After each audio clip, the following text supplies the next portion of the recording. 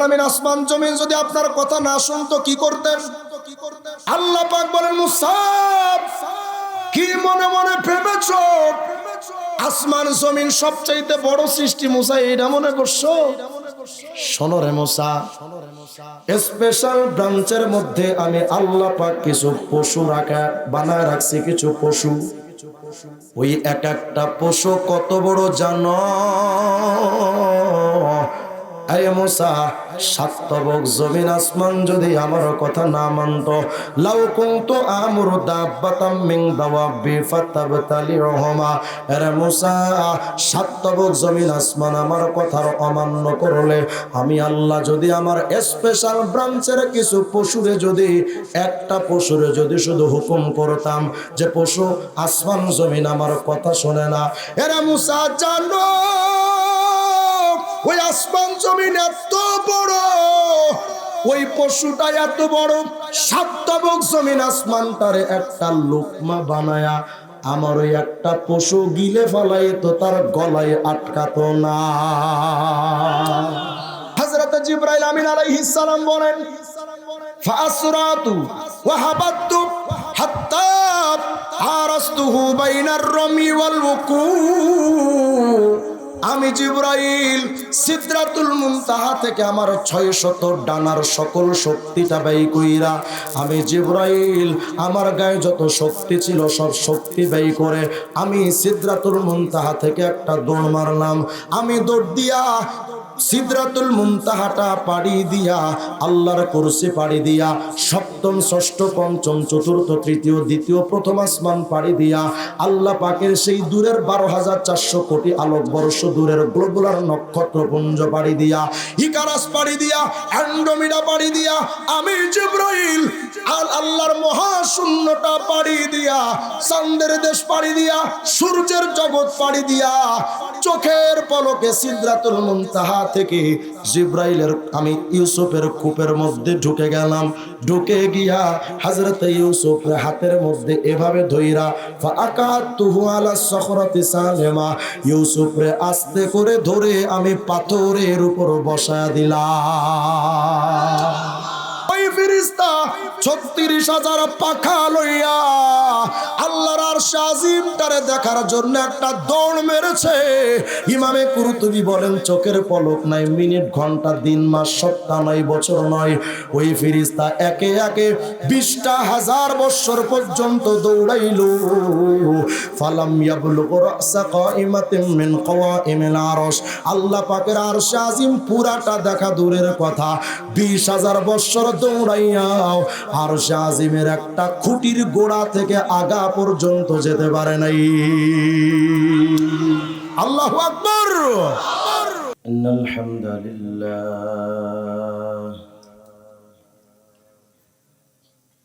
ওয়াসসালাতু ওয়াসসালামু আলা মান লা নাবিয়্যা বা'দা। أما بعد فأعوذ بالله من الشيطان الرجيم. بسم الله الرحمن الرحيم.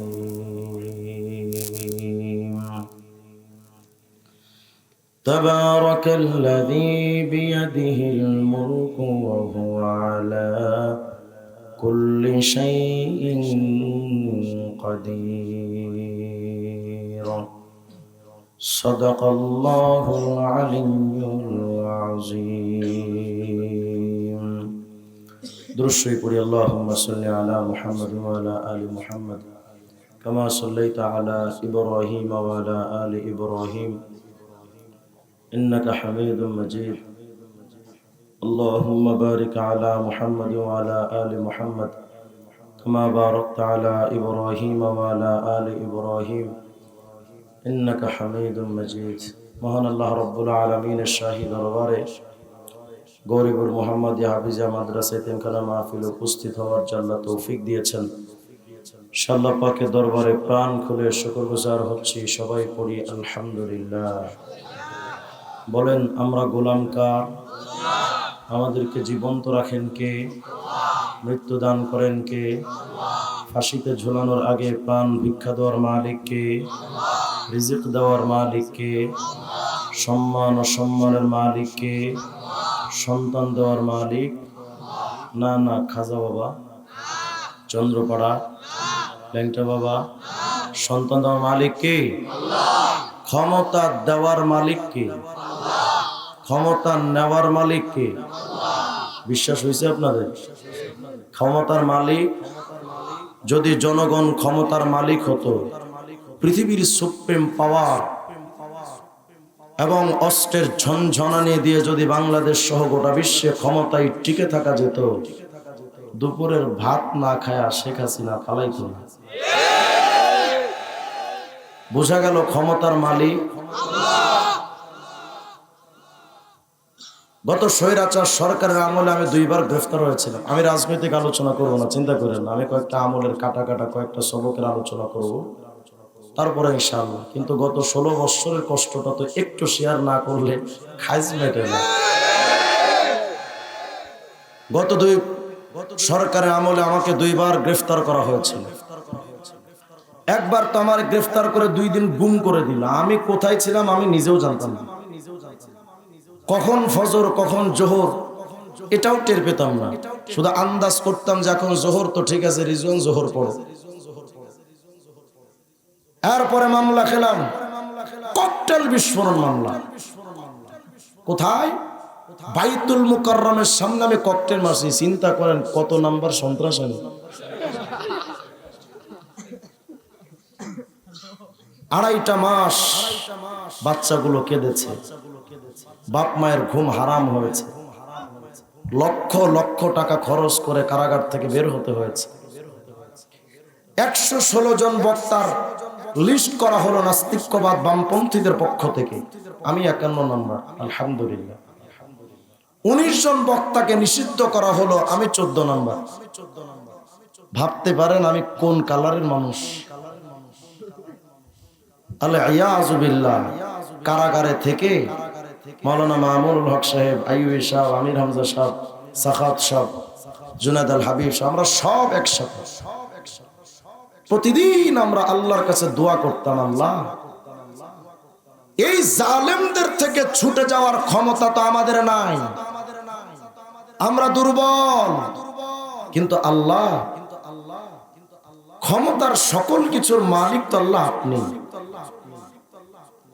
শুধু আপনি আরশে আজিম থেকে যদি একটু ফয়সালা ঘুরিয়ে দেন তো সব মামলা খালাস। আল্লাহ আমরা দুর্বল, কিছুই করতে পারবো না। জুলুমের বিচার আল্লাহ তুমি কইরো।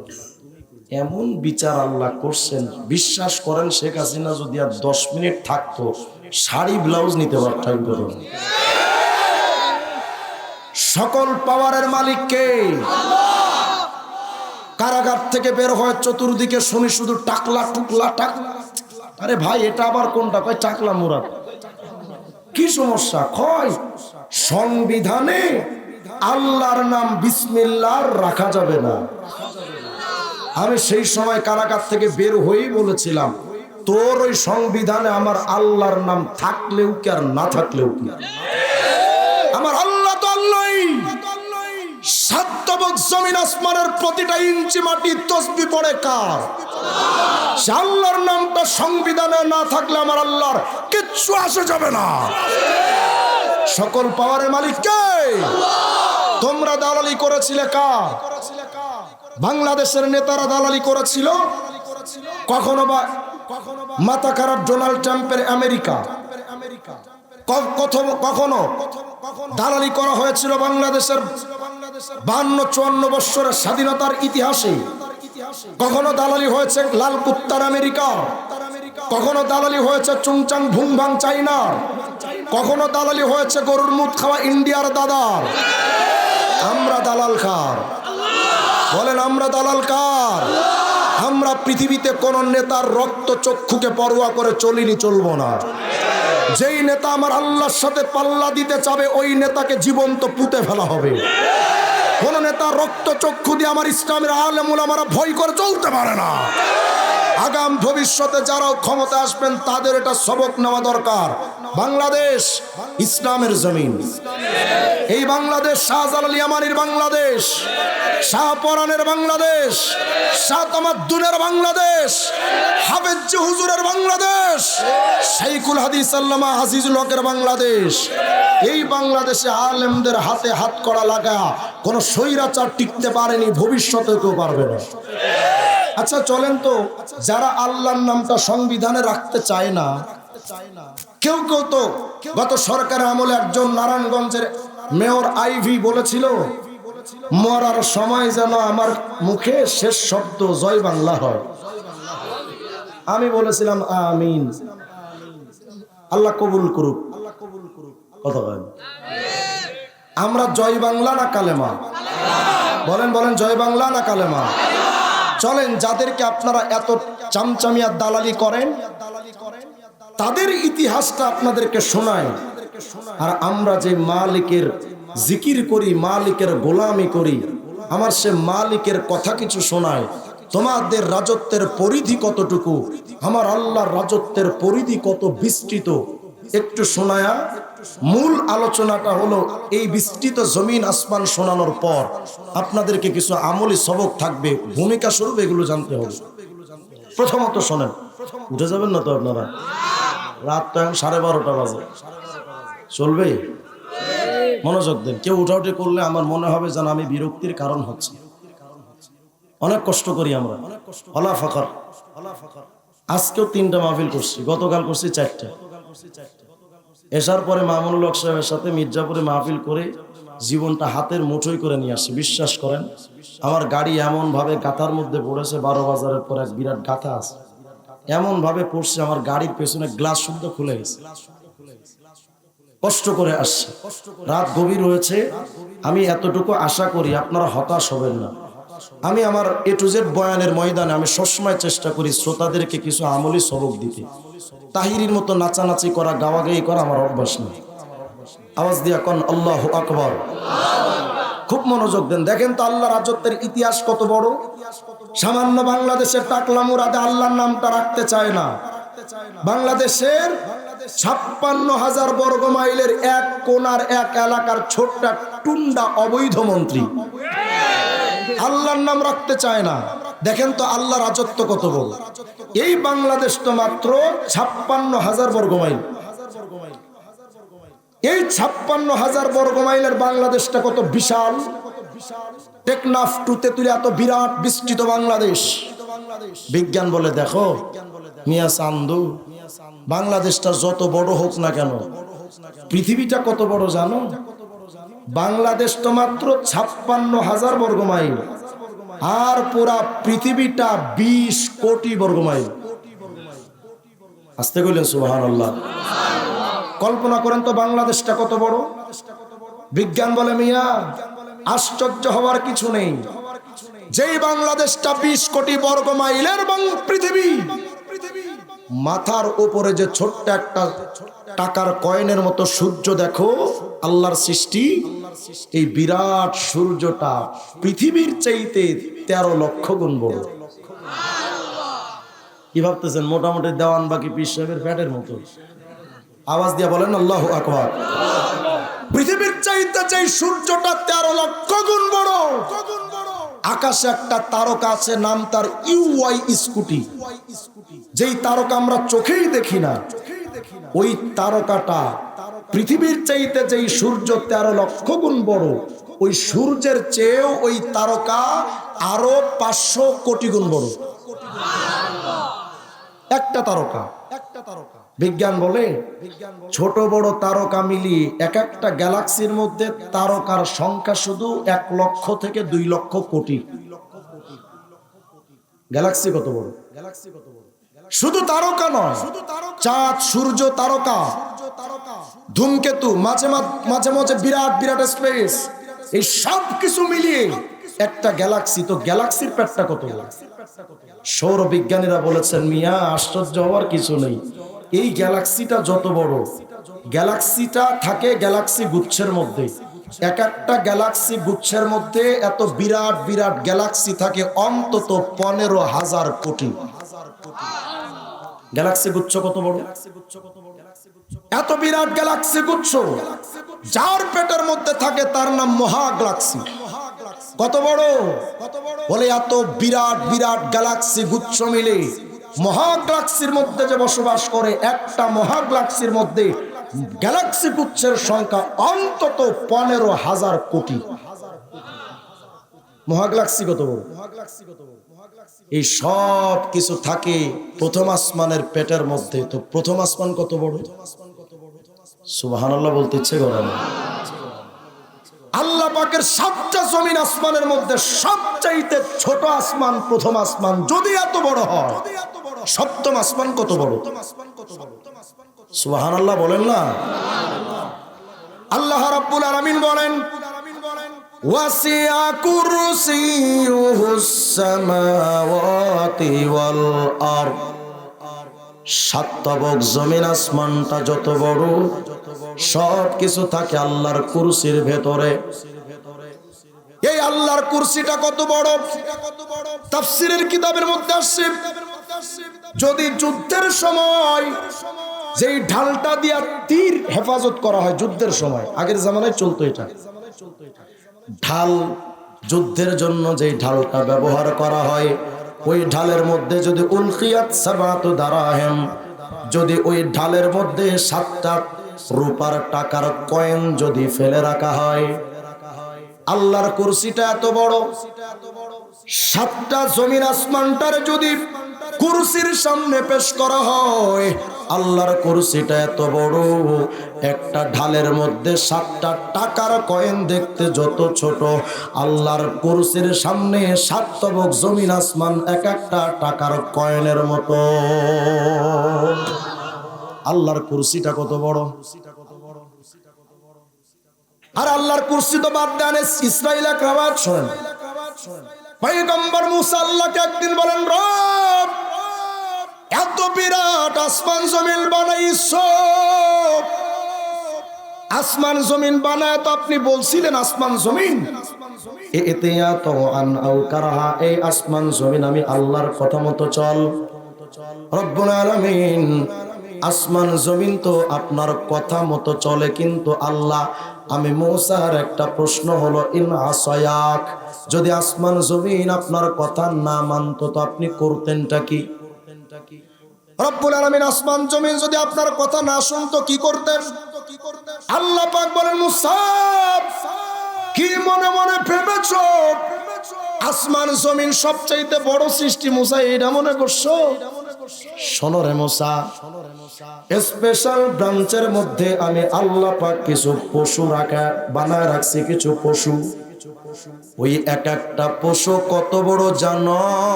আয় মুসা, 7 তবক জমিন আসমান যদি আমার কথা না মানতো, লাউ কুনতু আমরু দাব্বাতাম মিন দাওয়াবি ফাতাবতালিহুমা, আরে মুসা 7 তবক জমিন আসমান আমার কথার অমান্য করলে, আমি আল্লাহ যদি আমার স্পেশাল ব্রাঞ্চের কিছু পশুরে যদি একটা পশুরে যদি শুধু হুকুম করতাম যে পশু আসমান জমিন আমার কথা শোনে না, আরে মুসা জানো ওই আসমান জমিন এত বড়, ওই পশুটা এত বড়, 7 তবক জমিন আসমানটারে একটা লোকমা বানায়া আমার ওই একটা পশু গিলে ফেলাই তো তার গলায় আটকাতো না। পশুটা কত বড়! তো মুসা আলাইহিস সালামকে আল্লাহ আপনি কি করেন? ফাইনা দাব্বা, তুই এত বড় বড় পশু আপনি রাখছেন কই?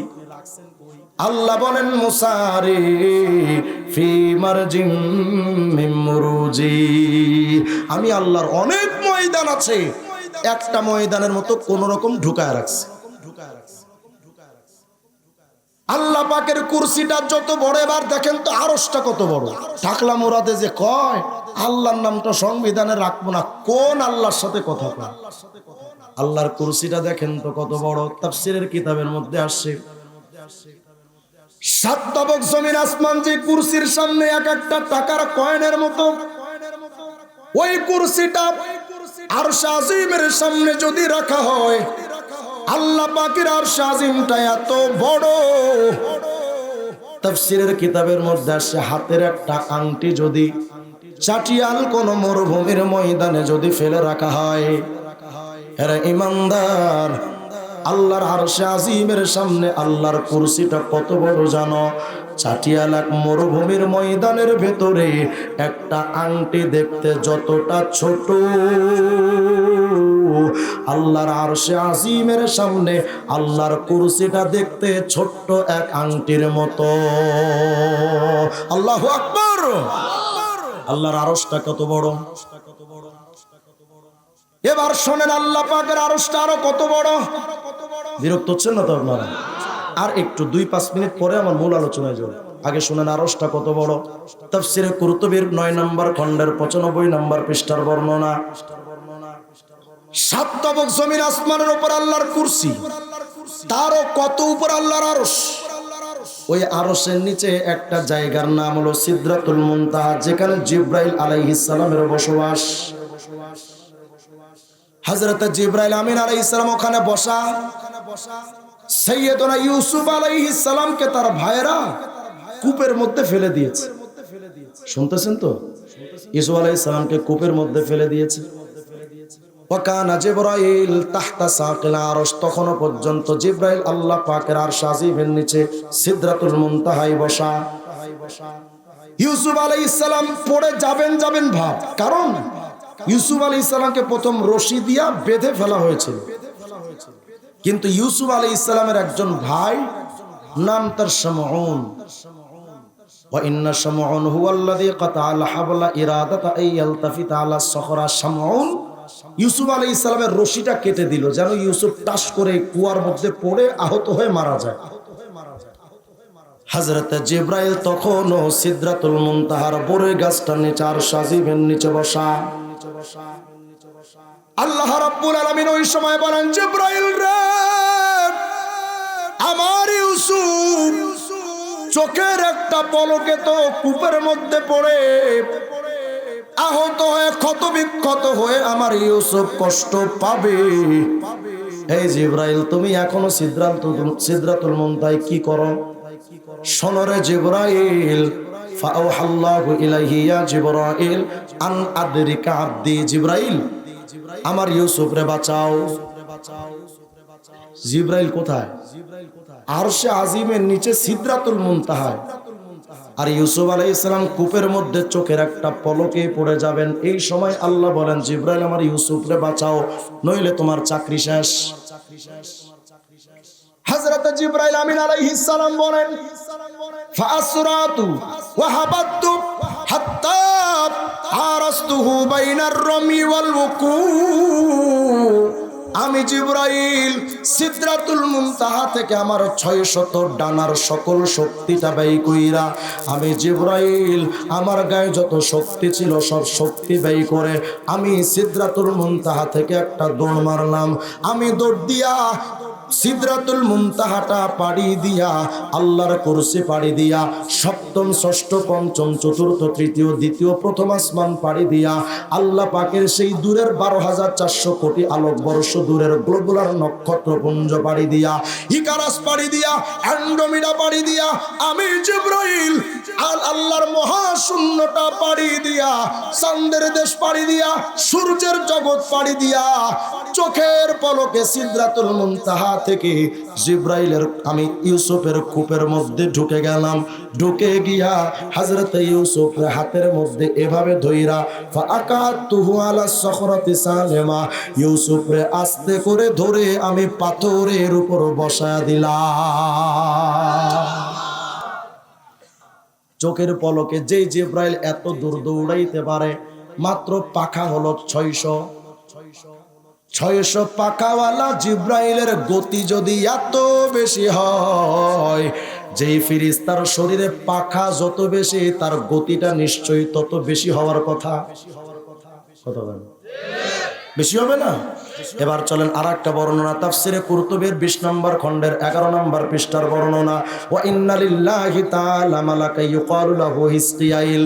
আল্লাহর অনেকগুলো ফেরেশতা আছে, একজন তো মিকাইল, একজন তো ইসরাফিল, একজন তো জিবরাইল, আর একজন তো আজরাইল, আর একজন ফেরেশতা আছে নাম তার হিসকিয়াইল। কি নাম? হিসকিয়াইল।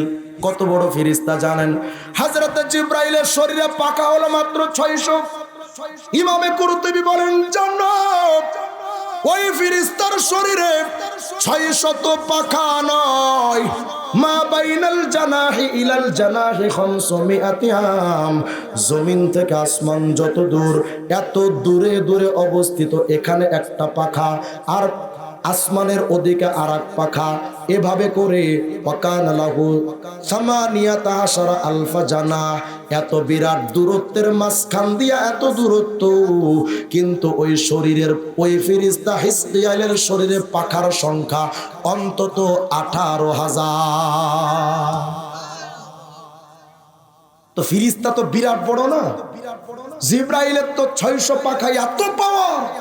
তো যেই ফেরেশতার শরীরে পাখা 18,000, তার পাওয়ারটা কত? ফাখাতারা লাহু খাতির। ওই ফেরেশতার মধ্যে একদিন একটা বিষয়ের উদ্রেক হলো। এই মিয়া, সামনে বিরাট একটা আমলের সবক আছে, মনোযোগ দেন। ওই ফেরেশতার অন্তরে একটা বিষয়ের উদ্রেক হলো। এই মিয়া, তুমি তো আল্লাহর এত বড় সৃষ্টি, তো আল্লাহ পাকের আরশ তো এত বড়, আজ পর্যন্ত কেউ তো পুরো আরশ ঘুরা দেখতে পারে নাই।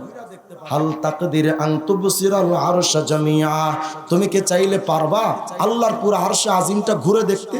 যদি পারো তো একটু দৌড় দিয়ে দেখো না, পারো কিনা আল্লাহর পুরো আরশটা ঘুরে দেখতে। তো ফেরেশতা মনে মনে ভাবলেন, ঠিকই তো, আমি তো আল্লাহর বিরাট সৃষ্টি, চাইলেই তো পারি, একটু দৌড় দেই না। আল্লাহ যখন দেখলেন ফেরেশতা আমার আরশে আজিম কত বড় দেখতে চায়, এবার আল্লাহ দেখলেন বেয়াকুফ, 18,000 পাখা লইয়া আমার আরশে আজিম ঘুরে দেখতে চাই। ফাজাদাহুল্লাহু আজনিহাতাম মিথলাহা। আল্লাহ তারে অনুগ্রহ করে আরো 18,000 পাখা অতিরিক্ত দান করলেন। ফাকানা লাহু 36 আলফা জানাহ। আগে ছিল পাখা 18,000, এবার পাখা হলো 36,000। ফাআওহাল্লাহু ইলাইহি আইয়ুহাল মালাকতির।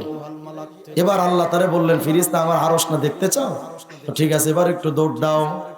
হে মুমিন রে, 600 পাখাওয়ালা জিব্রাইল চোখের পলকে সিদরাতুল মুনতাহা থেকে যদি জমিনের কূপের মধ্যে ইউসুফের কাছে পৌঁছাতে পারে 600 পাখা নিয়া, 36,000 পাখা নিয়া ওই ফেরেশতা চোখের পলকে, তাহলে কত দূর যেতে পারেন? দৌড়াইলে কত দূর যেতে পারেন? ইমামে কুরতুবী বলেন, তবে শোনরে মিয়া, যে ইউসুফ, যে জিব্রাইল এত দৌড়াইতে পারে, হিজকিয়াইল তো তার চাইতে অনেক বেশি দৌড়াইতে পারে। কিন্তু রে শোনো, ফাতারা মিকদার 20 আলফা সানা, ওই ফেরেশতা 36,000 পাখা লইয়া আল্লাহর আরশ আজিমটারে দেখার জন্য একটা দৌড় মেরেছে। ইমামে কুরতুবী বলেন, চোখের পলক নাই, মিনিট, ঘন্টা, দিন, মাস, সপ্তাহ নয়, বছর নয়, ওই ফেরেশতা একে একে 20,000 বছর পর্যন্ত দৌড়াইল। ফালাম ইয়াবলুগ রাসা কাইমাতিন মিন কাওয়াইমিল আরশ। আল্লাহ পাকের আরশ আজিম পুরাটা দেখা দূরের কথা, 20,000 বছর দৌড়াইয়াও আরশ আজিমের একটা খুঁটির গোড়া থেকে আগা পর্যন্ত যেতে পারে নাই। আল্লাহু আকবার। আল্লাহ দেখলেন যে বেচারা তো ব্যাকুল হয়ে গেছে। এবার ফাজাদাল্লাহু আজনিহাতান ফিল আজনিহাতি ওয়াল কুওয়া। আল্লাহ আরো পাখা দিলেন, আরো শক্তি দিলেন। ওয়া আমারা লাহু আয়াতির। আল্লাহ এবার বললেন, তুমি এবার দৌড়াও। ফাতারা মিকদার 30 আলফা সানাতিন উখরা। ওই ফেরেশতা আবার 30,000 বছর দৌড়াইছে। ফালাম ইয়াসিল আইজন, কিন্তু গোড়া থেকে একটা খুঁটির আগায় যেতে পারে নাই। পরে একটা শব্দ ওই ফেরেশতা উচ্চারণ করেছিলেন, যেটা আমার মূল বলা উদ্দেশ্য। ওই ফেরেশতা ওই সময় একটা তাসবিহ পড়েছিলেন, সুবহান রাব্বিয়াল আলা। জানেন না? জানেন না আপনারা? সিজদার মধ্যে যেটা পড়ি, সুবহান রাব্বিয়াল আলা, এই তাসবিহটা পড়লেন। আল্লাহ রাব্বুল আলামিন তখন বলেন, ফেরেশতা লাউ তিরতাব ইলা নাফসিস সূর। এর ফেরেশতা 50,000 বছর দৌড়াইছো, খুঁটির একটা গোড়া থেকে আগা পর্যন্ত যেতে পারো নাই। এই ফেরেশতা শোনো, 50,000 লক্ষ বছর নয়, কিয়ামতের আগ পর্যন্ত যদি ফেরেশতা তুমি দৌড়াইতে থাকো, আমি আল্লাহর আরশে আজিমটা এত বড়, লাম তাবলুগ সাকা আরশি, সারা জীবন কিয়ামত পর্যন্ত দৌড়াইবা, কিন্তু আমার আরশে আজিমের গোড়া পর্যন্ত পৌঁছাতে পারবা না। আরশ আজিমটা কত বিশাল। কেনই তথ্য দিলাম এবার শোনেন। তাফসীরে রুহুল মানির খণ্ড 10 পৃষ্ঠা 410 এর বর্ণনা। মায়ার নবী হযরত জিবরাইল আমিনকে একদিন বলেন, রে ভাই জিবরাইল রে, আখবির আন সাওয়াবি মান ক্বালা সুবহান রাব্বিয়াল আলা ফি সুজুদিহি ওয়া ফি গায়রি সুজুদিহি। হে জিবরাইল, যেই ফেরেশতা হিজকাইল বলেছিলেন সুবহান রাব্বিয়াল আলা, এই তাসবিহটা আমার কোন উম্মত যদি একবার পড়ে, চাই সে সিজদায় পড়ুক অথবা সিজদার বাহিরে পড়ুক, জিবরাইল রে, এমন এক এই তাসবিহটা যদি আমার কোন উম্মত একটা বার পড়ে, তো বলো না আমার উম্মতের আমল নামায় কতটুকু নেকি হবে?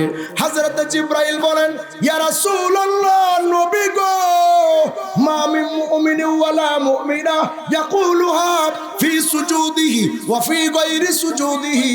ওগো আল্লাহর নবী, আপনার কোন উম্মত যদি সিজদার ভিতরে অথবা সিজদার বাহিরে একবার যদি পড়ে সুবহান রাব্বিয়াল আলা, নবী গো কত নেকি হয় শুনবেন নাকি? তো শোনেন গো নবী, ইল্লা কানাত লাহু ফি মিজানিহি আথকালু মিনাল আরশ ওয়াল কুরসি ওয়া জিবালিদ দুনিয়া। ওগো নবী, পৃথিবীর সমস্ত পাহাড়গুলোর যদি একত্রিত করা হয়, কইরা আল্লাহ পাকের মিজানের একটা পাল্লায় যদি রাখা হয়, 7 তবক জমিন আসমান যে কুরসির সামনে 7টা টাকার কয়েনের মতো, ওই কুরসিটাও ধইরা যদি মিজানের একটা পাল্লায় রাখা হয়, শুধু তাই নয় গো নবী, আল্লাহর বিরাট আরশ আজিম, পুরা আরশ আজিমটার ধইরা যদি আল্লাহর ওই মিজানের পাল্লায় রাখা হয়, নবী গো, একটা মিজানের পাল্লায় আল্লাহর আরশ, কুরসি আর পৃথিবীর পাহাড় যদি রাখা হয়, আর সুবহান রাব্বিয়াল আলা একবার পড়লে যেই নেকিটা হয়, এই নেকিটা যদি মিজানের আরেকটা পাল্লায় রাখা হয়, নবী আমি জিবরাইল বলে গেলাম, শুনেন, এই মিজানের 2টা পাল্লার ভেতরে পৃথিবীর পাহাড় আর কুরসি আরশকে নিয়া মিজানের পাল্লাটা উপরে উঠে হালকা হয়ে যাবে। একবার সুবহান রাব্বিয়াল আলা বলার নেকির পাল্লাটা ভারী। আস্তে কোন সুবহানাল্লাহ বলেন তো, সুবহান রাব্বিয়াল আলা। আবার বলেন, আবার বলেন, লস না লাভ, লস না লাভ। কত মিনিট সময় লাগছে? 1 সেকেন্ড, সর্বোচ্চ 1 সেকেন্ড, আধা মিনিট। বেটা ঘুষাম হবে, আধা মিনিট লাগছে, আধা সেকেন্ড লাগছে মিয়া। 1 সেকেন্ডে যদি এত বিরাট নেকি হয়, তো মুরব্বি বিড়ি যে টানেন কত নেকি? দোকান করেন, ও ভালো না, ও খারাপ, ও চোর, ও বাটপার, ও এটা, ও জুলুম, এইটা সেটা, সারাদিন বসে যে গীবত করেন, প্রতিটা শব্দে শব্দে আপনার মনে হয় লাখ খানিক নেকি। নেকি হয়? মনে করেন আপনি শুধু বললেন, আশরাফ আমার ছাত্র ভাই, বলতে সমস্যা না, আমি বললাম আশরাফ ভালো না, 1 সেকেন্ড সময় লাগলো, বলেছি আশরাফ ভালো না, 1 সেকেন্ড সময় লাগলো, বিনিময় আল্লাহর নবী বলেন, এই একটা শব্দ যে কইলা একটা কবিরা গুনাহ হলো, বিনিময় 7000 বছর জাহান্নাম। আর এক বান্দা পড়লো 1 সেকেন্ড সময় নিয়ে সুবহান রাব্বিয়াল আলা, কত বিরাট নেকি। তাহলে বলেন তো, গীবত না জিকির? আস্তে কোন মিয়া, জয় বাংলা না জিকির? জয় বাংলা। জিকির চলবে কার জিকির? বলেন, বলেন না কার? আচ্ছা, যেই নেতাদের পেছনে সারাদিন জয় বাংলার স্লোগান দেন, যেই নেতাদের পিছনে সারাদিন ঘুরো, ওই নেতা যদি ক্ষমতায় গিয়ে এমপি, মন্ত্রী বা প্রধানমন্ত্রী হয়, বিশ্বাস করো ফুলবাড়িয়ার যুবক তোমার নাম ধইরা কোনোদিন সংসদে বক্তব্য দেবে না। দেবে নি মিয়া? কিন্তু দুনিয়ার ছোট্ট এই নেতা তোমার নাম যদি সংসদে ধরে, তুমি কত ভাগ্যবান হও। আরে দুনিয়ার মানুষ, আল্লাহ রাজত্ব এত বড়, আল্লাহ পাকের ফেরেশতা হযরত জিবরাইল জিবরাইল বলেন, ও নবী, দুনিয়াতে একটা বার যদি কোনো উম্মত বলে সুবহান রাব্বিয়াল আলা, আল্লাহ কি করেন জানেন? আরে দুনিয়ার সংসদ, বাংলাদেশের সংসদ ভবন কেন, আমেরিকার হোয়াইট হাউস কেন, নবী গো, আল্লাহ পাক ফেরেশতাদেরকে জমা করেন কইরা আল্লাহ পাক ফেরেশতাদের সামনে বলেন, এই ফেরেশতারা দেখ দেখ, ওই আশরাফ জীবনে আমার কোনোদিন দেখে নাই, না দেখে ও আমার ব্যাপারে বলেছে সুবহান রাব্বিয়াল আলা। আসলেই তো আনা ফাওকা কুল্লি শাই লাইসা ফাওকি শাই, আমি আল্লাহই তো সবার উপরে। কিন্তু দেখ না ফেরেশতারা, আমার আশরাফ তো জীবনে কোনোদিন আমারে দেখে নাই, আমার রাজত্বের ইতিহাস তো কোনোদিন দেখে নাই। না দেখে আমার বান্দা যে একবার বলল সুবহান রাব্বিয়াল আলা, এই ফেরেশতারা ইশহাদু ইয়া মালাইকাতি, এই ফেরেশতারা তোমরা সাক্ষী থাকো, আন্নী কদ গফরতু লি আবদি, আমার বান্দার জিন্দেগির গুনাহ আমি মাফ করে দিলাম। বলেন না সুবহান রাব্বিয়াল আলা। লস না লাভ? বলেন বলেন সুবহান রাব্বিয়াল আলা। আচ্ছা এবার শুনেন, কিয়ামতের ময়দানটা তো বড় কঠিন। কেউ তো কাউরে চিনবে না, সন্তান তার ভাই বাবারে চেনে না, মা তার সন্তানরে চিনবে না। আশরাফ আমার বন্ধু, যতই দোস্ত বলে ডাকি না কেন, কিয়ামতে আমার দেখলে ফিরেও তাকাবে না, তুই অন্যদিকে যা, তাকাইব না। এটাই বাস্তবতা। পীর কেন, নেতা কেন, বাপ মা কেন, বড় পীর আব্দুল কাদের জিলানীও বলতে থাকবে নফসি নফসি। আরে বড় পীর আব্দুল কাদের জিলানী কেন?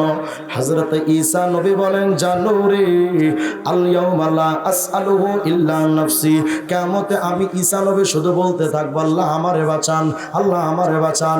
কিয়ামতের ময়দানে আমি ঈসা নবী আল ইয়াউমা লা আসআলুহু মারইয়ামা আল্লাতী ওয়ালাদাতনি, যেই মা মারইয়াম আমারে জন্ম দিল, ওই মা মারইয়ামের ব্যাপারও কিয়ামতে আমি ঈসা নবী আল্লাহরে বলবো না যে আল্লাহ আমার মারে বাঁচায় দেন, আমি বলতে থাকবো আল্লাহ আমারে বাঁচান, আল্লাহ আমারে বাঁচান, শুধু এটা বলতে থাকবো আল্লাহ আমারে বাঁচান।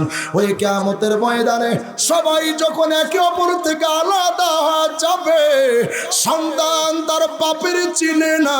তাফসীরের কিতাবের মধ্যে আসে ইয়াউমা ইয়াফিরুল মারউ মিন আখি ইলা আখিরিল আয়া, এই আয়াতের তাফসীরের মধ্যে আসে আউয়ালু মা ইয়াফিরু মিন বানি নূহ, কিয়ামতের ময়দানে নূহ আলাইহিস সালামের কাছে তার সন্তান কিনান আসবে, এসে বলবে, আব্বু আমি না তোমার বড্ড আদরের সন্তান ছিলাম, আব্বু রে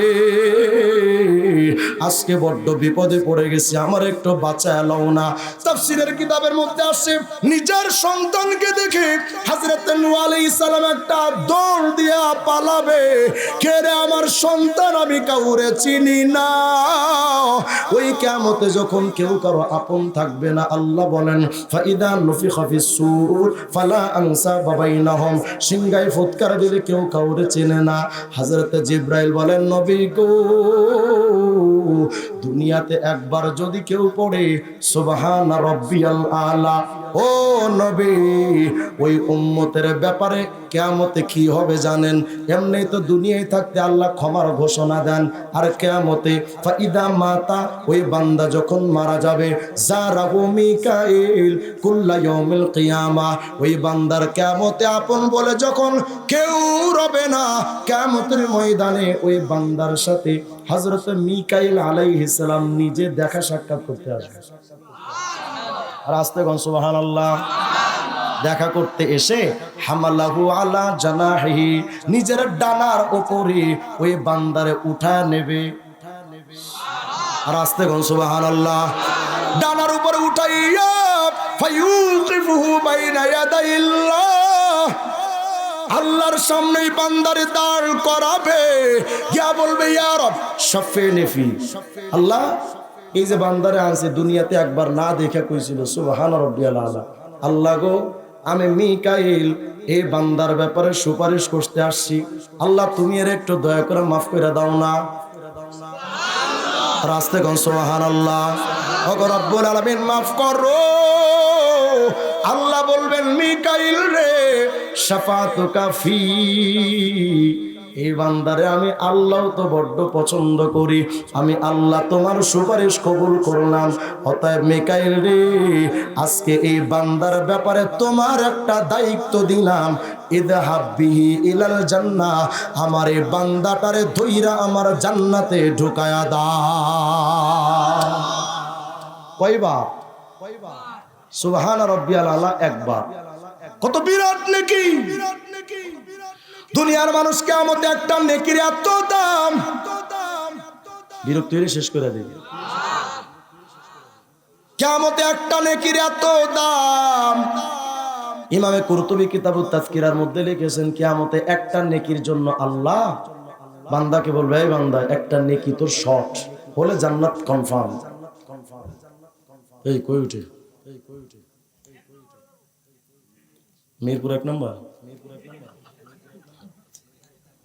এত মুখ লাগে আপনাদের ওয়াজে বসলে। যখন ফুটবল খেলতে দেখতে যখন বসেন, মেসি কখন গোল দিবে এই চায়া থাকে, এমন ভাবে চায়া থাকে মানে ঠাড়া বসে। ঠাড়া পড়লে এমন চায়া থাকে না, মানে ঠাড়া বসে। কই মুত আর কই কি এগুলোর খবর নাই। আর মাহফিলে বসলে আকিস বিড়ির নেশা উঠলে দৌড়। আওয়াজ দিয়া কোন আল্লাহু আকবার। কিয়ামতের ময়দানে একটা নেকির এত দাম, ওই কিয়ামতের ময়দানে একটা নেকির এত দাম, আল্লাহ বলবেন, এই বান্দা একটা নেকি আনো।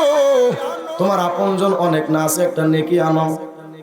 বান্দা একটা নেকির জন্য বিবির কাছে যাবে, ভাববে বিবি তো আমার বড় ভালোবাসার জিনিস। বিবির কাছে গিয়া বলবে, বিবি রে আইয়ো বালিন কুনতু লাক, বলো না আমি তোমার কেমন স্বামী ছিলাম। বলবে, আপনি খুব ভালো স্বামী, নিয়ে বালু কুনতালি, অনেক ভালো স্বামী ছিলেন। ওয়াতুসনি আলাইহি হাদা ওয়া হাদা, বিভিন্ন ধরনের প্রশংসা করবে যে আপনি এমন এমন স্বামী ছিলেন, আপনার কোনো তুলনা চলে না, ভূয়সী প্রশংসা করবে। তো স্বামী যখন দেখবে স্ত্রী তো আজও দুর্বল আছে, স্বামী তখন বলবে, বিবি ফা ইন্নী আতলুবু মিনকি হাসানাতান ওয়াহিদা, হে বিবি, দুনিয়াতে মাথার ঘাম পায়ে ফেলা কত কষ্ট কইরা তোমার জন্য উপার্জন করেছিলাম বিবিরে, আজকে কিয়ামতের ময়দানে আমি বড্ড বিপদে পড়ে গেছি, আমার একটা নেকি কি ভিক্ষা দেওয়া যায়?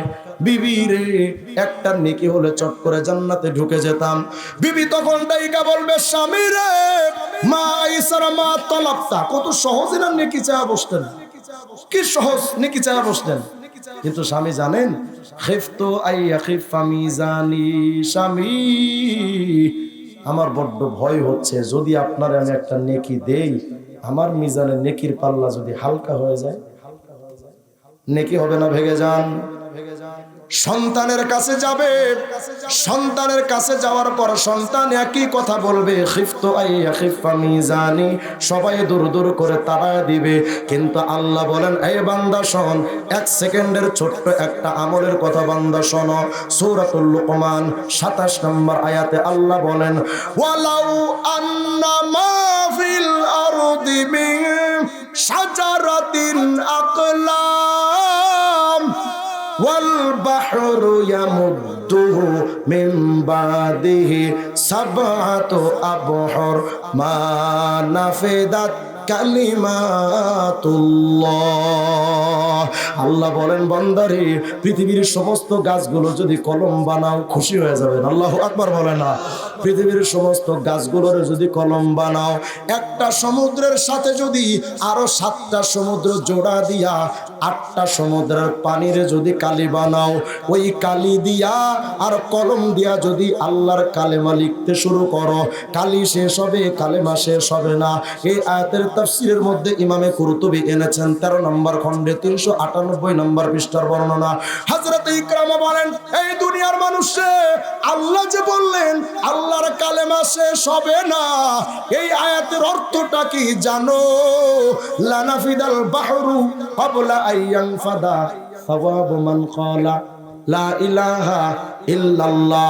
শোনো রে বান্দা, কিয়ামতে একটা নেকির এত দাম, কিন্তু দুনিয়াতে কোন আল্লাহর বান্দা যদি জবানটা দিয়া শুধু 1 সেকেন্ড সময় নিয়া একবার শুধু পড়ে লা ইলাহা ইল্লাল্লাহ, বলেন না, লা ইলাহা ইল্লাল্লাহ। আল্লাহর কোন বান্দা যদি এই কালেমাটা শুধু 1 সেকেন্ড সময় নিয়ে একটা বার কয়, হযরত ইকরামা বলেন সূরা লুকমানের 27 নং আয়াত দিয়ে আল্লাহ এটাই বোঝাতে চান, 8টা সমুদ্রের পানির কালি শেষ হয়ে যাবে, কিন্তু একবার কালেমে তৈয়বার জিকিরের নেকি লেখা শেষ হবে না। একবার কালেমে তৈয়বা লা ইলাহা ইল্লাল্লাহ, খবর নাই কত বিরাট নেকি, মুসলমানের কোনো খবর নাই। খেলাই খেলাই কত সময় চলে যায়, আল্লাহর জিকিরের সময় হয় না। আর একটা আমল শোনেন, ইমাম রাজি তাফসিরে রাজির খন্ডাক 225 নম্বর পৃষ্ঠার বর্ণনা। ইমাম রাজি বলেন, শোনো, আলহামদুলিল্লাহ সামানিয়াতু আহরুফ। আলহামদুলিল্লাহ শব্দটার মধ্যে 8টা হরফ আছে। কয়টা? আলিফ লাম হা মিম দাল লাম লাম হা। বলেন তো কয়টা? ইমাম রাজি বলেন, শোনো, ওয়া আবওয়াবুল জান্নাতি সামানিয়া, জান্নাতের দরজাও কিন্তু 8টা। আল্লাহু আকবার। ইমাম রাজি বলেন, শুনো, যে আলহামদুলিল্লাহর 8টা হরফ আছে, আই মিয়া ফামান ক্বালা হাদিহি সামানিয়া আসফাই কলবিহি ইস্তাহাক্কা সামানিয়াতা আবওয়াবিল জান্নাহ। আল্লাহর কোন বান্দা যদি ওই 8 হরফের আলহামদুলিল্লাহ পরিষ্কার অন্তর নিয়া একটা বার যদি কয়, আল্লাহর জান্নাতের 8টা দরওয়াজা টাস টাস করে খুলে যায়। কয়বার আলহামদুলিল্লাহ? কত সময় লাগে? একটা মানুষকে নিয়ে গীবত করতে তো মিনিমাম 10 মিনিট লাগে। কত নেকি? আলহামদুলিল্লাহ একটা বার বলাই কত নেকি। সুবহানাল্লাহ বলেন না। আর একটা আমল দেই, হযরত সুফিয়ান আস-সাউরীর যুগের শ্রেষ্ঠ এক বুজুর্গের নাম, বিশিষ্ট তাবিব, অনেক বড় এক মুহাদ্দিস ছিলেন হযরত সুফিয়ান। বিরাট বড় একজন মুফাসসির ছিলেন হযরত সুফিয়ান আত-তাওরী। আল কাউলুল বাদী নামক কিতাবে ইমামে যাহাবী ঘটনাটা নিয়ে আসছেন। ছোট্ট একটা ঘটনা, কিন্তু ঘটনা বলা আমার উদ্দেশ্য না, বিরাট বড় একটা আমল আছে এটার মধ্যে। মুমিন খুব মনোযোগ দেন। হযরত ইমাম সুফিয়ান বলেন, জানো, আমি বাইনামা আনা বিত-তাওয়াফ, আমি একদিন পবিত্র কাবা শরীফে তাওয়াফ করতেছিলাম। ইদ রাআইতু রাজুলান লা ইয়ারফু কদামান ওয়া লা ইয়াদাউ কদামা ইল্লা ইউসাল্লি আলান নবী সাল্লাল্লাহু আলাইহি ওয়াসাল্লাম। আমি যখন তাওয়াফ করতেছিলাম, আমি তাকায় দেখি আমার সামনে একটা যুবক, শুনতেছেন তো আপনারা, আমার সামনে একটা যুবক, তো যুবক তাওয়াফ করতেছে কাবা শরীফ, পা উঠায় আল্লাহুম্মা সাল্লি আলা মুহাম্মদ, আবার পা নামায় আল্লাহুম্মা সাল্লি আলা মুহাম্মদ। প্রতিটা কদমে কদমে এক একবার দুরূদ শরীফ পড়ে। আমি সুফিয়ান আস-সাউরী দেখলাম যুবক সুবহানাল্লাহ পড়ে না, আলহামদুলিল্লাহ পড়ে না, সারাক্ষণ শুধু দুরূদ পড়ে। আমি সুফিয়ান ওই যুবকটার কাছে গেলাম, গিয়া যুবকরা জিজ্ঞেস করলাম, ইয়া হাদা তারাকতা তাসবিহ ওয়া তাহলিল, এই যুবক, আমি তোমার দিকে তাকায় তো দেখতে পাচ্ছি তুমি সুবহানাল্লাহ পড়ো না, আলহামদুলিল্লাহ পড়ো না, কিন্তু কদমে কদমে শুধু দুরূদ শরীফ পড়ো, কারণটা কি? হাল ইনদাকা ফি হাদা মিন শাই, বলো না এর মধ্যে কোনো গোপন রহস্য আছে কিনা? এদিক মনোযোগ দেন, এর মধ্যে কোনো গোপন রহস্য আছে কিনা? তুমি তো সুবহানাল্লাহ পড়ো না, আলহামদুলিল্লাহ পড়ো না, শুধু দুরূদ শরীফ পড়ছো, কারণটা কি? কোনো গোপন কথা থাকলে আমাকে একটু বলো না। যুবক ডেকে বলে, মান আনতা ইয়া আব্দুল্লাহ, ইয়া আল্লাহর বান্দা, আপনি কে? আপনার নাম কি? বলে, আনা সুফিয়ান আত-তাওরী, আমি সুফিয়ান আস-সাউরী। ওই জামানার সুফিয়ান সাউরী এত বড় আল্লাহওয়ালা, এত বড় প্রসিদ্ধ এক ব্যক্তির নাম। বর্তমানের আহমদ শফী সাহেব যেমন বিখ্যাত, মাওলানা মামুনুল হক সাহেব যেমন বিখ্যাত, ওই জামানার সুফিয়ান আস-সাউরী তেমন বিখ্যাত এক ব্যক্তিত্বের নাম। বর্তমানে মিডিয়ার যুগে তো মানুষের ফেসের সাথে নামের সাথে ফেস দেখা যায়, ওই জামানায় তো মিডিয়া নাই, নামে চিনতো কিন্তু চেহারাই চিনতো না। যুবক জিজ্ঞেস করে, হুজুর আপনি কে? বলে, আমি সুফিয়ান আস-সাউরী। যুবক ডেকে বলে, হুজুর লাউলাকা গরীবুন ফি আহলি জামানিকা লামা আখবারতুকা আন হালি ওয়ালা ইত্তালাতুকা আন খবরি। হুজুর, আপনি যদি এত বড় একজন জগৎ বিখ্যাত আলেম না হতেন, আপনি যদি এত বড় একজন বিরল ব্যক্তিত্বের অধিকারী না হতেন, এত বড় আলেম যদি না হতেন, আমার এই গোপন খবরটা আমি আপনাকে কোনোদিন বলতাম না। হুজুর, আমার একটা গোপন খবর, এই যে দুরূদ পড়ি, আমার দুরূদ পড়ার ভিতরে গোপন যে খবরটা আছে জানেন হুজুর? খরাজতু আনা ওয়া ওয়ালিদি হাজ্জাইনি ইলা বাইতিল্লাহিল হারাম। কোন একটা বছর আমি আমার বাবারে লইয়া হজ ব্রত পালন করার জন্য মসজিদে হারাম কাবার দিকে যাচ্ছিলাম। আমার বাবা আর আমি একসাথে রওনা। ওই জামানায় তো আবাসিক হোটেলের ব্যবস্থা নাই যে ক্লান্ত হলে আবাসিক হোটেলে থাকবো। তাবু গাইরা মরুভূমির মধ্যে তাবু গেড়ে আমরা সেখানে অবস্থান করে করে হজ করতাম। হুজুর, হুজুর, আমার বাবা হঠাৎ ক্লান্ত হয়ে গেল। তাবুটা গেড়ে আমার বাবারে আমি তাবুর মধ্যে ঢুকালাম। তাবুর মধ্যে যখন ঢুকালাম, হঠাৎ ফামারিদা ওয়ালিদি, আমার বাবা অসুস্থ হয়ে গেল। ফাকুনতু ইনদা রাসিহিল ওয়ালিজা, আমার বাবারে সেবা করার জন্য তার মাথার কাছে দাঁড়ায় গেলাম। মাথাটা একটু টিপে দিব, মাথায় একটু পানি দিয়া দিব, একটু তেল পানি দিয়া দিব। বাবা অসুস্থ হয়ে গেছে, আমি বাবার মাথার কাছে দাঁড়াইলাম। হুজুর, ফামাতা ওয়ালিদি, হঠাৎ তাকায় দেখি আমার বাবা দুনিয়ায় নাই, মৃত্যুবরণ করছে। আমার বাবা ইন্তেকাল করলেন। আমি হতভাগা সন্তান, এই মরুভূমির মধ্যে বাবার লইয়া কেমনে দাফন কাফন করব? বড্ড বিষণ্ণ মনে, অশান্ত হয়ে গেল আমার প্রাণটা, মনটা। হুজুর, কি করব আমি কিছুই ভেবে পাচ্ছিলাম না। কিন্তু হুজুর, বড় দুঃখজনক কথা, আমার বাবার ইন্তেকালের পর তাকায় দেখি ওয়াসওয়াদ্দা ওয়াজহুহু, আমার বাবার চেহারাটা বিভৎস হয়ে গেছে, কালো বিশ্রী হয়ে গেছে। আর এক বর্ণনায় আসছে ফি সূরাতি খিনজির, শুয়োরের মতো চেহারা হয়ে গেছে। আমার বাবার চেহারাটা মন বিভৎস হয়ে গেল। আমি তো আমার বাবার এই দৃশ্যটা মানুষে ডাইকা দেখাইতেও পারি না।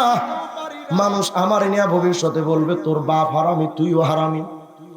এজন্য মানুষের কাছে আমার বাপের দৃশ্যটা আমি বলতেও পারতেছিলাম না।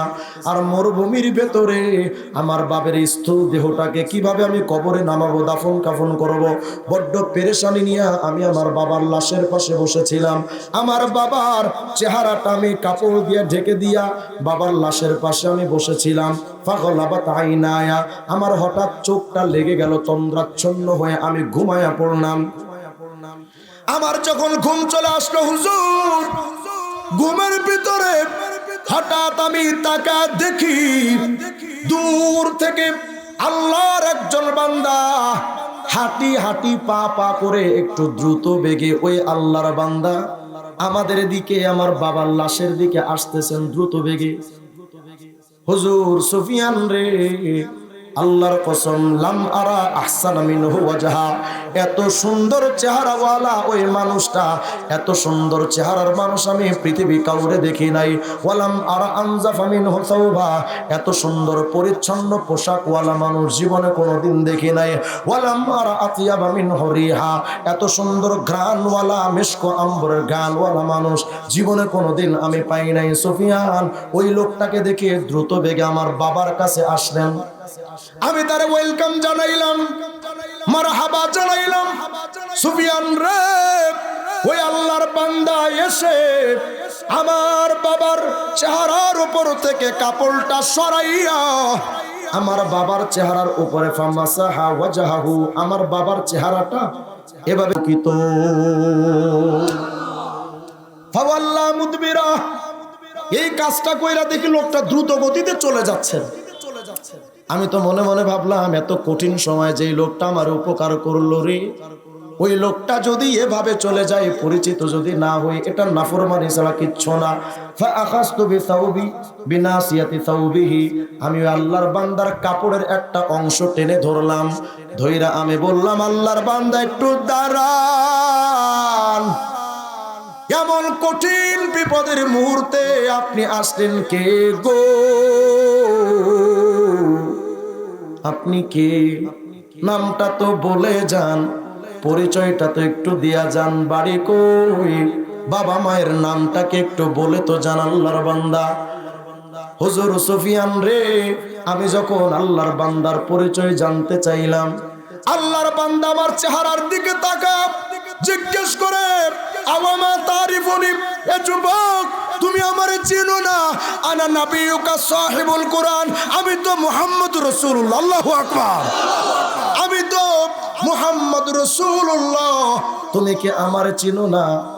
ওগো নবী, এখন তো বুঝলাম আপনি রহমাতুল লিল আলামিন নবী, কিন্তু নবী গো আমার কৌতূহল জাগলো, আপনি আসলেন কেমনে?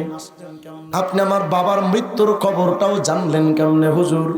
আপনি একটু বলেন না, কেন বা আমার বাবার এই হালতটা হলো? সুফিয়ান রে যখন জিগাইলাম, আল্লাহর নবী তখন আমারে বলেন, যুবক, ইন্না ওয়ালিদাকা কানা মুসরিফান আলা নাফসিহি, তোমার বাবা মস্ত বড় একজন গুনাহগার, অপরাধী ছিল, অনেক বড় পাপী ছিল। কিন্তু যুবক রে, তোমার বাবা এত বড় পাপী হবার কারণে চেহারাটা এত বিশ্রী হয়ে গেছিল, কিন্তু তোমার বাবার মধ্যে ছোট্ট একটা আমল ছিল, কানা ইউকসিরুস সালাতা আলাইয়া, আমি মুহাম্মদের নামে তোমার বাবা বেশি বেশি দরুদ শরীফের আমল করত। ভাইরা, আমি যদি প্রশ্ন করি আল্লাহর জিকির আর করবেন কবে? সময় তো শেষ। নবীর নামে আর দরুদ পড়বা কবে? এই মুরব্বি, তোমার মুখের দাড়িটা সাদা, বাজান রে, তোমার মুখের এই সাদা দাড়ির কালার এত রঙিন কালার না, এটা তো কাফনের কাপড়ের কালার। আজকেও তো কাফনের ফ্যাক্টরি থেকে অনেক কাফন বের হয়ে গেছে, হয় নাই? কত হয় না? আজকেও তো ফ্যাক্টরিতে অনেক কাফনের কাপড় তৈরি হয়েছে। কাফনের কাপড় গাড়িতে উঠে বাংলাদেশের বিভিন্ন প্রান্তে গাড়িগুলো রওনা হয়ে গেছে। বাজান রে, ফুলবাড়িয়া কাপড়ের দোকানে খুইজা দেখেন কতগুলো কাফনের কাপড় ঈশা হাজির। এমন যদি হয় ওই কাফনের মধ্যে আপনার আমার কাফন হাজির, কয়দিন জানি আর হায়াতের সময় আছে আপনি আমি তো বলতে পারি না। কত সময় যে চলে যায় মুমিন, কত মাহফিল করে সকালবেলা খবর পাইলাম মাহফিলের কর্তৃপক্ষ দুনিয়া থেকে বিদায়। গত 5 বছর আগে কক্সবাজার চকরিয়া ফাঁসিয়াখালী গেলাম মাহফিলে, পরের দিন সকালবেলা বাইতুল মোকাররমের খতিব মুফতি আব্দুল মালিক সাহেবের বাবার মাদ্রাসা খেরিহর মাদ্রাসার মাহফিলে যাব।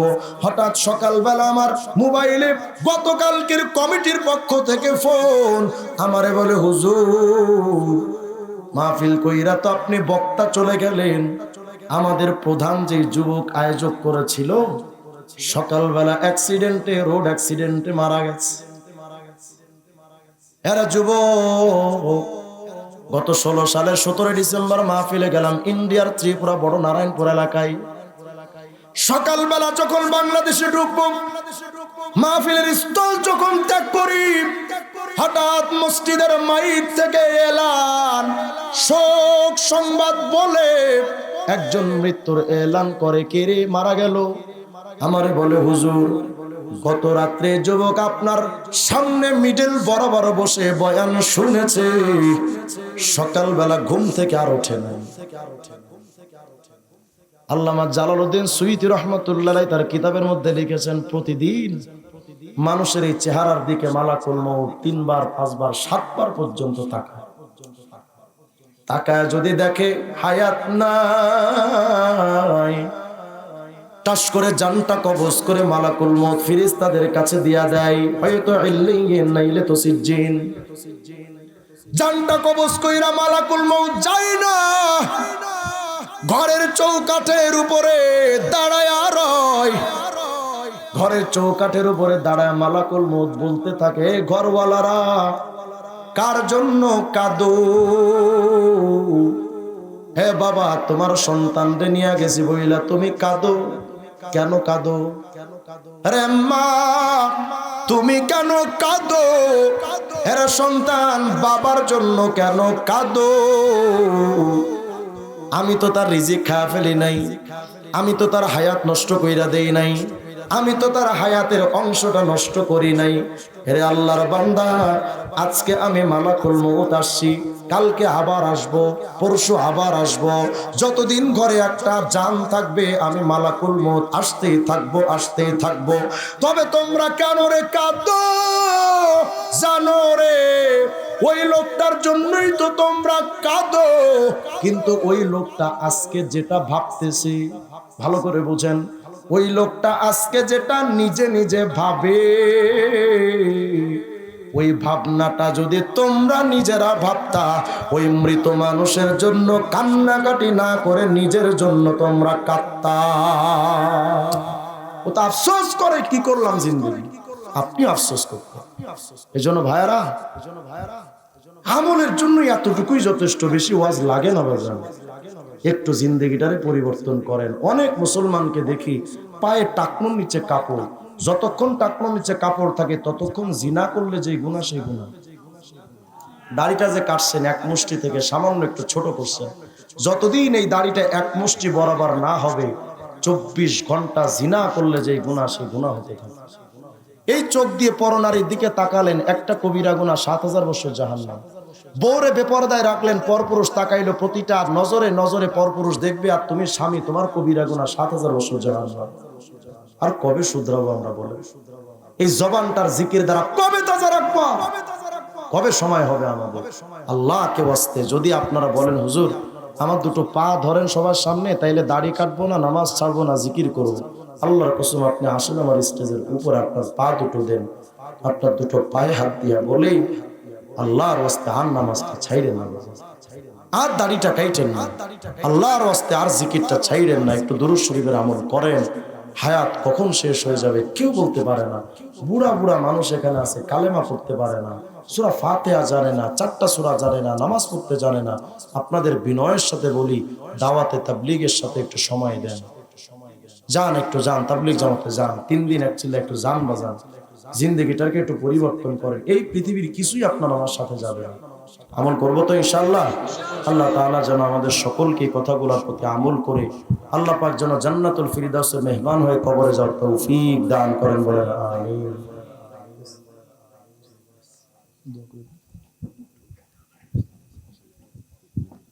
জি জি এ উঠাউটি করেন, অবশ্যই দোয়া হবে ইনশাআল্লাহ।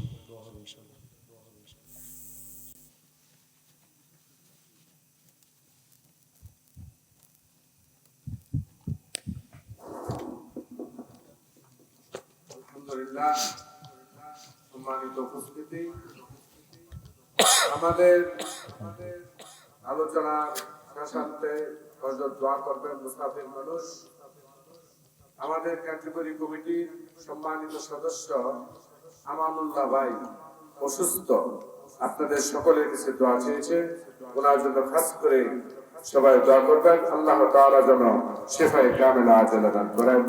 মাদ্রাসার পাশে গুরুস্থান আছে, এই মাদ্রাসার প্রতিষ্ঠাতা লগ্ন থেকে অনেক মুরব্বীরা এই গুরুস্থানে শুয়ে রয়েছে। আমি হযরতের কাছে গুরুস্থানে যারা শুয়ে রয়েছে তাদের জন্য দোয়া চাচ্ছি, এবং এই মহল্লাবাসী এবং আমাদের আরেকজন কমিটির সদস্য আব্বা অসুস্থ আব্দুল লতিফ মন্ডল সাহেব, ওর জন্য দোয়া চাচ্ছি। এইভাবে অনেকেই দোয়া চেয়েছে। আর মাহফিলের জন্য সবাই মাদ্রাসার জন্য দোয়া করবেন এবং ওদের কাছে দোয়া চাচ্ছি। সবাই সবার জন্য দোয়া করেন। গত 1 সপ্তাহ যাবত আমিও প্রচুর অসুস্থ, কিন্তু মাহফিল এমন একটা কাম, মরলেও লাশ যাইতে হবে, অসুস্থ হইলে কোনো ছাড় নেই।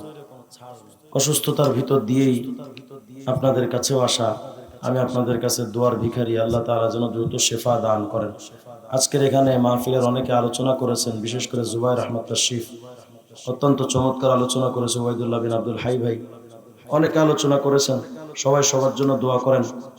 বিশেষ করে মাদ্রাসার মুহতামি সাহেব হুসাইন আহমদ সাহেব আমার খুব মহব্বত করেন।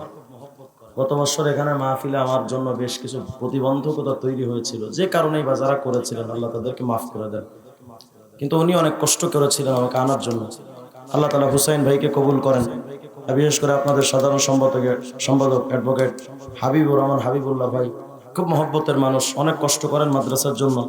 ABM সিদ্দিক সাহেব সহ সবার জন্য দোয়া করেন। এই এলাকার যারা টাকা পয়সা বুদ্ধি পরামর্শ দিয়ে শ্রম দিয়ে এই মাদ্রাসাকে এগিয়ে নিচ্ছেন, আল্লাহ তাআলা যেন সবাইকে ভরপুর কবুল করেন। দুরূদ শরীফ পড়েন। আল্লাহুম্মা সাল্লি আলা মুহাম্মদ ওয়া আলা আলি মুহাম্মদ কামা সাল্লাইতা আলা ইব্রাহিম ওয়া আলা আলি ইব্রাহিম ইন্নাকা হামিদুম মাজিদ। মাঝখানে একটি কথা না বললেই নয়। হেফাজত ইসলামের দ্বিতীয় আমির ছিলেন কায়েদে মিল্লাত আল্লামা জুনায়েদ বাবুনগরী রাহিমাহুল্লাহ। চিনতেন না আপনারা? বাবুনগরী সাহেবের একজন খাদেম ছিলেন মাওলানা ইনামুল হাসান ফারুকি। আলেম ওলামারা তাকে সবাই চিনেন। বাবুনগরী সাহেবের খেদমত করার কারণে গত স্বৈরাচার সরকার তাকে গ্রেফতার করে মাসের পর মাস রিমান্ডে রেখেছিল। প্রায় 1.5 বছর কারাগারে রাখছিল। তো রিমান্ডে সবচেয়ে বেশি যাদেরকে টর্চার করা হয়েছিল তার মধ্যে ইনামুল হাসান ফারুকি ভাই।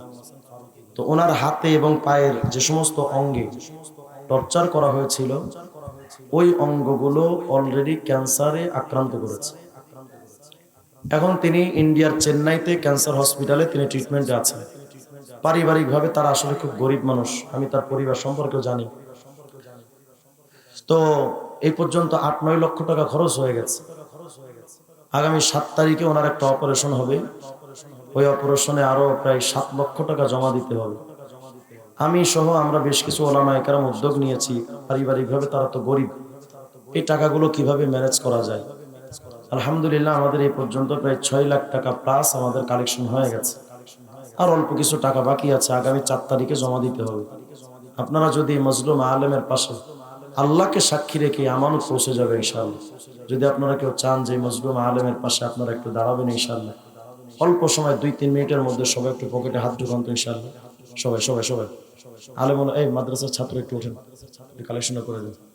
মা বোনরা যদি আপনারাও কিছু দিতে চান স্টেজে পাঠায় দেন ইনশাআল্লাহ। দেন, কেউ খালি হাতে না যায়। যান যান সবাই যান। এই মাদ্রাসার ছাত্র একটু ওঠেন, নিয়ে আসেন। যার যতটুকু তৌফিক আছে দেন ইনশাআল্লাহ। আপনার এই টাকা মজলুম আলেমের চিকিৎসায় খরচ হোক। আল্লাহ তাআলা যেন আপনাদের এই দানকে নাজাতের ওসিলা বানায় দেন ইনশাআল্লাহ। দেন সবাই দেন, কেউ খালি হাতে না যায়। আল্লাহুম্মা সাল্লি আলা মুহাম্মাদ ওয়া আলা আলি মুহাম্মাদ। আল্লাহুম্মা সাল্লি আলা মুহাম্মাদ ওয়া আলা আলি মুহাম্মাদ। اللهم صل على محمد وعلى آل محمد صلى الله عليه وسلم صلى الله عليه وسلم استغفر الله। নিয়ে আসেন, দ্রুত নিয়ে আসেন। যারা কালেকশন করছেন একটু নিয়ে স্টেজে চলে আসেন ইনশাআল্লাহ। আল্লাহ পাক আমার ভাইদের অনুদানকে কবুল করেন। এই পিছনে মাদ্রাসার ছাত্র একটু ওঠেন না। আর যদি কেউ মাদ্রাসায় অনুদান দিতে চান, এই মাদ্রাসায় তো অনেক খরচ, অনেক কষ্ট করে তারা মাদ্রাসা চালান। যদি কেউ মাদ্রাসায় দিতে চান স্টেজে এসে কর্তৃপক্ষ আছে তাদের কাছে একটু দিয়ে যান ইনশাআল্লাহ। আল্লাহ তাআলা এই মাদ্রাসাকে সকল হাওয়ায়েজকে গায়েবী খাজানা থেকে পূরণ করেন।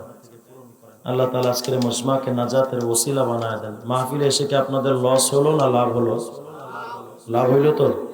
লাভ যদি হয় এই মাহফিলটাকে আরো কিভাবে সুন্দর করে সাজানো যায় আগামী বছর থেকে নিজেরা চেষ্টা করবেন সবাই মিলে ইনশাআল্লাহ। আল্লাহ আমার ভাইদেরকে তৌফিক দান করেন। নিয়ে আসেন, যারা টাকা উঠিয়েছেন স্টেজে নিয়ে আসেন। সবাই সবার জন্য দোয়া করেন।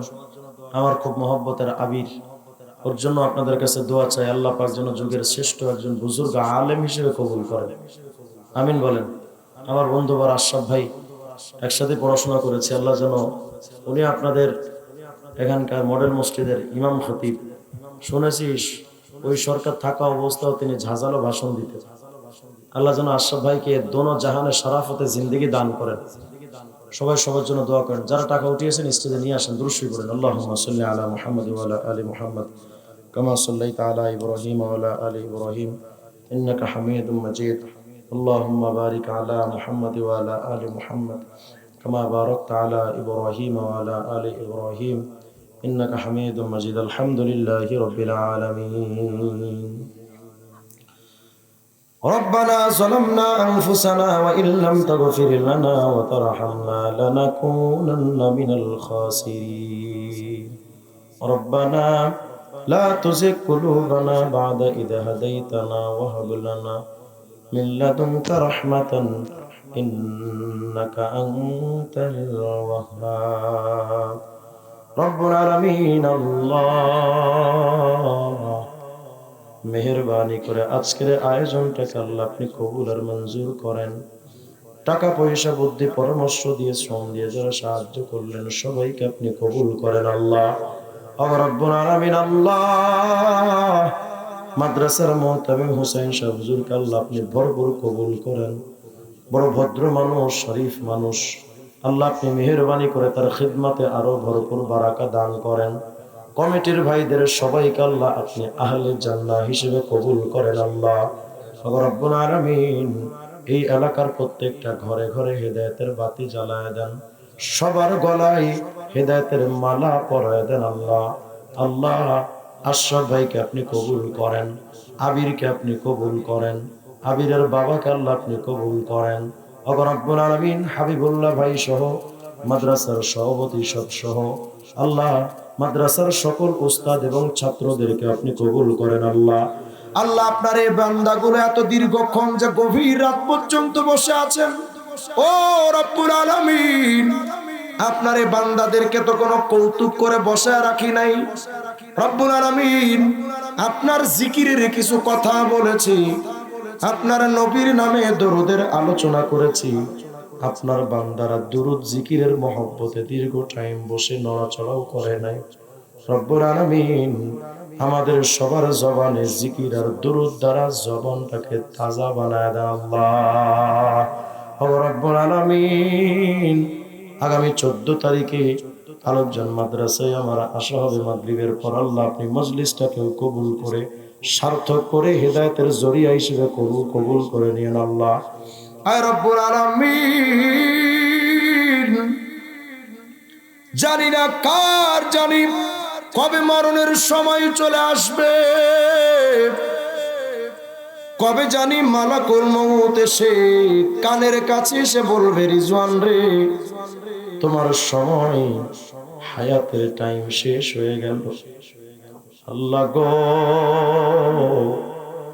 আমরা তো এটা বিশ্বাস করি আজ বা কাল দুনিয়া থেকে বিদায় হয়ে যাব মালিক, তবে বড্ড ভয় লাগে যে লাশ দেখলে আমাদের এতটা ভয় লাগে, যে কবরস্থান দেখলে এতটা ভয় পাই, ঠিক দুপুরে বা রাত্র গভীরে কবরের পাশে দিয়া যাইতে বড্ড ভয় লাগে। ওগো আল্লাহ নাকে কানে তুলা দিয়া রাস্তার মধ্যে রাতের গভীরে কোন লাশ যদি পড়ে থাকতে কেউ দেখে ভয়ে তো তার জানটা বের হয়ে যায়, কিন্তু রে মালিক আমি মরার পর তো আমার গহীন কবরে ঠিক আমারে ওই লাশ বানায় কত ভয়ঙ্কর বানায় ফালায় রাখবে।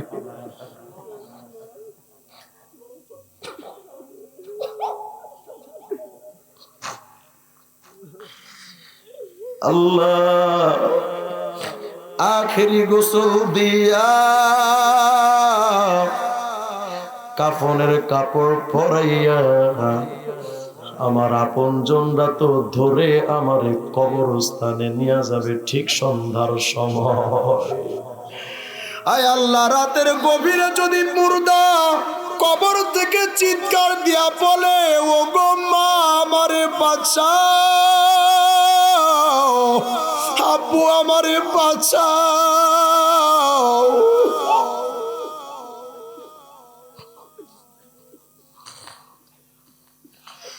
বাবাও তো মাও তো রাত্রে 12টায় কবরের পাশে গিয়া বলবে না যে বাজান তুই কেমন আছিস।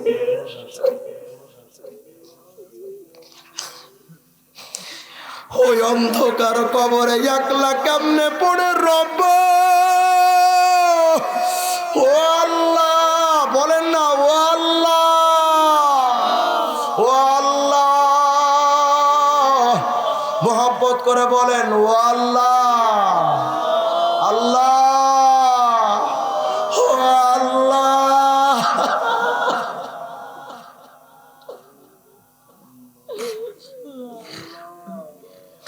আল্লাহ আপনি আমাদেরকে মেহেরবানি করে মাফ কইরা দেন না। আপনার কুদরতে দুইটা পায়ে ধরেছি, মাফ করে দেন।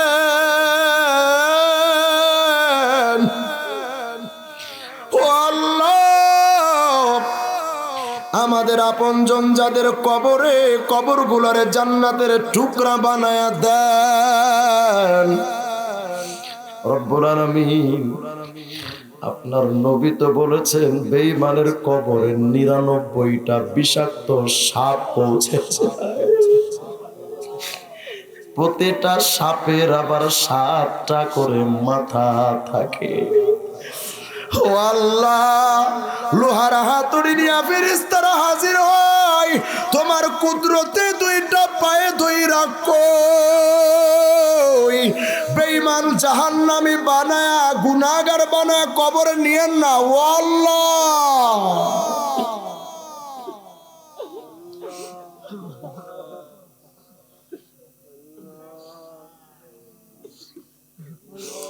আল্লাহ জান্নাতুল ফিরদাউসের মেহমান না বানায় কবরে নিয়েন না, এক মুষ্টি দাড়ি না নিয়ে কবরে নিয়েন না। আল্লাহ, বেপরদা বানায় কবরে নিও না রে মালিক।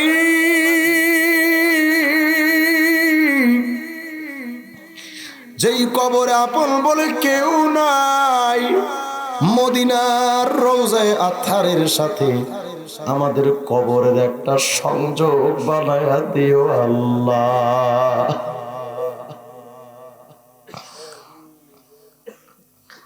আল্লাহ, আমাদের সন্তানগুলাকে আপনি কবুল করেন, অসুস্থ যারা শিফা দান করেন। আল্লাহ, মিথ্যা মামলা এখনো কাঁধে নিয়ে যারা ঘুরছি আমরা, আমাদের মিথ্যা মামলাগুলো আপনি সমাধান করে দেন। আমার মা বোনদেরকে কবুল করেন, স্বামী স্ত্রীর মধ্যে জলমিল মায়া দিয়া দেন আল্লাহ, সমস্ত হারাম থেকে বাঁচান। সুবহানা রাব্বিকা রাব্বিল ইজ্জাতি আম্মা ইয়াসিফুন। আল্লাহ, পাশের কবরস্থানে কত বান্দা ঘুমায় আছে, তাদের কবরগুলারে জান্নাতুল ফিরদাউসের টুকরা বানায়া দেন। এই মাদ্রাসার হাফেজ, মাসুম হাফেজ বাচ্চাদের ওসিলায় মাফ করে দেন আল্লাহ। যারা অসুস্থ দোয়া চাইছেন, চাইতে পারেন নাই, সবাইকে কবুল করেন। ওয়া সুবহানা রাব্বিকা রাব্বিল ইজ্জাতি আম্মা ইয়াসিফুন ওয়া সালামুন আলাল মুরসালিন ওয়ালহামদুলিল্লাহি রাব্বিল আলামিন। যারা এশার নামাজ পড়ে